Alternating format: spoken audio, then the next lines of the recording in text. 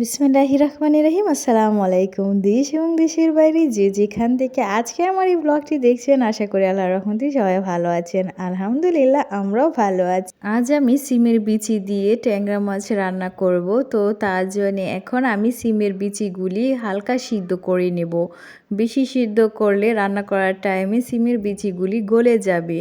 তো তার জন্য আমি সিমের বিচিগুলি হালকা সিদ্ধ করে নিয়েছি। তো সিমের বিচির পানিটা ঝরিয়ে এক সাইডে রেখে দিব এবং অন্য একটি চুলার মধ্যে আমি একটি পাতিল বসিয়ে এর মধ্যে এখন আমি দিয়ে দিব পরিমাণ মতো তেল।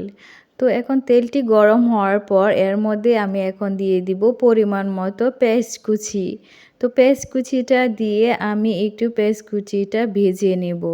তো এর মধ্যে পেঁয়াজ কুচিটা ভাজা হয়ে গেছে। এখন আমি এতে পানি অ্যাড করব এবং হলুদের গুঁড়ো, মরিচের গুঁড়ো, ধনে গুঁড়ো, আদা বাটা, জিরা বাটা, পেঁয়াজ বাটা, পরিমাণ মতো লবণ দিয়ে এখন আমি সবগুলি মশলাকে নেড়ে চেড়ে বেশ কিছুক্ষণ কষিয়ে নেব।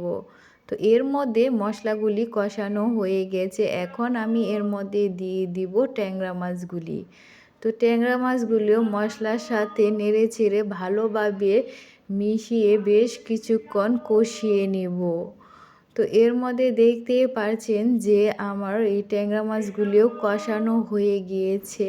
এখন আমি আগে থেকে যে সিমের বিচিগুলি সিদ্ধ করে রেখেছিলাম সেই সিমের বিচিগুলি এই ট্যাংরা মাছের মধ্যে দিয়ে দিব।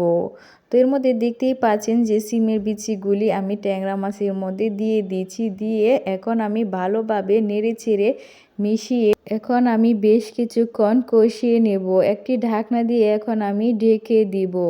তো এর মধ্যে কষানো হয়ে গেছে দেখতেই পাচ্ছেন। এখন আমি এর মধ্যে পানি অ্যাড করব পরিমাণ মতো।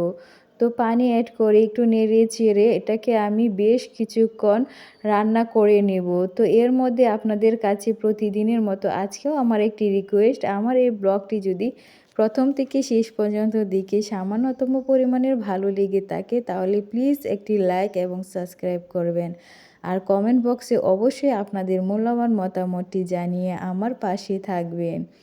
তো এর মধ্যে দেখতেই পাচ্ছেন যে সবগুলি সিমের বিচি সিদ্ধ হয়ে গেছে, কিন্তু ভেঙে যায়নি। সবগুলি সিমের বিচি আস্তই রয়ে গেছে এবং আমি এতে কিছু কাঁচামরিচও দিয়ে দিয়েছি। তো এখন আমার সিমের বিচি তরকারিটা রান্না করা হয়ে গেছে। তো দেখতেই পাচ্ছেন একটি লোভনীয় এবং আকর্ষণীয় খাবারে পরিণত হয়েছে। তো অবশ্যই আপনারা বাসায় এই সিমের বিচিটা একবার ট্রাই করে দেখবেন। আশা করি আপনাদের কাছেও ভালো লাগবে। তো আজ ভিডিওটি এখানেই শেষ করছি। সবাই ভালো থাকবেন, সুস্থ থাকবেন, আমাদের জন্যও দোয়া করবেন। আল্লাহ হাফেজ।